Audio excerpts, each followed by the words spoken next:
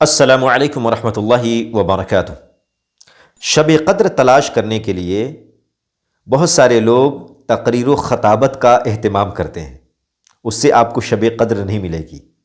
شب قدر تلاوت قرآن، دعا، ذکر و اذکار اور اللہ کے نبی صلی اللہ علیہ وسلم کے بتائے ہوئے طریقوں کی روشنی میں ملے گی۔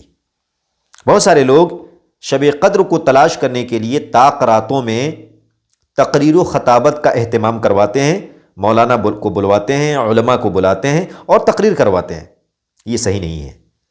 بہت سارے مواقع ہیں تقریر و خطابت سننے کے، آپ ان مواقعوں سے فائدہ اٹھائیے، لیکن شب قدر کو تلاش کرنے کے لیے، اللہ سبحانہ و تعالیٰ سے قریب ہونے کے لیے قرآن مجید کی تلاوت کیجیے، دعا کیجیے۔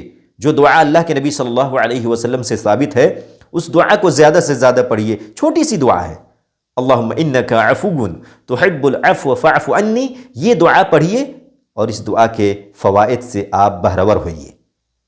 لیکن جو لوگ شب قدر کو تلاش کرنے کے لیے تقریر و خطابت کا سہارا لیتے ہیں، ان کے لیے یہ بات صحیح نہیں ہے۔